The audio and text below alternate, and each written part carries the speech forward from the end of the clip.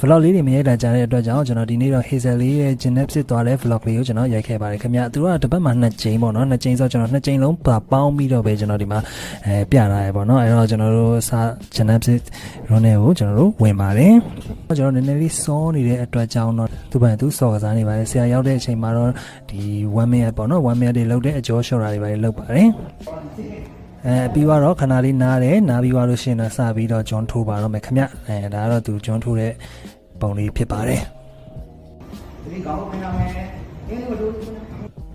ဆရာနဲ့တေးသေးချာချာလေးတင်ပြတာအတွက်ကြောင့်ပေါ့နော်သူရဲ့ဒီခေါင်းအနေတာ position လေးတွေပါလေးလည်းဒါမှန်ကန်သွားတာပေါ့နော်နှမို့ဆိုအိမ်မှာတယောက်တည်းမှာဂျွန်ထိုးဖြစ်နေနိုင်ဖြစ်နေတာတဲ့ဆာလို့ရှိရင်တော့ဒီမှာစနစ်တကျလေးလောက်တော့သူ့အတွက်လည်း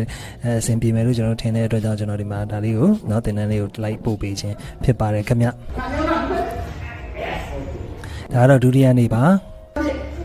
โอเคကိုဒါကဟုတ်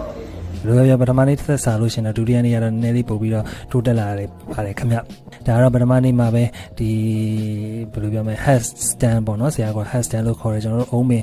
ထောင်တာပေါ့ငယ်ငယ်တော့ကျွန်တော်တို့ underground တွေပဲကတဲ့ချိန်ကြရင်လေအဲ့လိုမျိုးပဲကျွန်တော်တို့ကလီဘူးတယ်ဗျာဒါပေမဲ့စနစ်တော့မကြခဲ့ဘူးပေါ့နော်ဒီမှာတော့သူကတော့ဆရာနဲ့တတိချာလေးစနစ်တကျလေးတင်တော့ပို့ပြီးတော့စနစ်ကြမှာပေါ့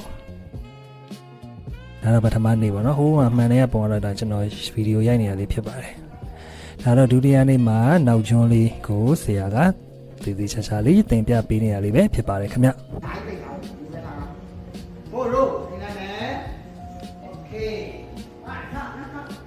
ပျော်လားလို့မေးတော့ပျော်တယ်လို့ပြောပါတယ်သူကတော့လုံးဝဟိုရက်တိုင်းဒီပါတော့တက်ချင်နေတဲ့သဘောမှရှိပါတယ်ပြီးသွားလို့ရှိရင်တော့ဒါဒီသူ game လေးတွေပေးဆော်တယ်ပေါ့နော်ဆရာတလုံးလဲကောင်းအောင်လို့ဒါအမောခံနိုင်အောင်လို့ဆိုပြီးတော့ဆရာကကလေးတွေလည်းပျော်အောင်လို့ဆိုပြီး game လေးတွေပေးဆော်ပါတယ်ဟုတ်တယ်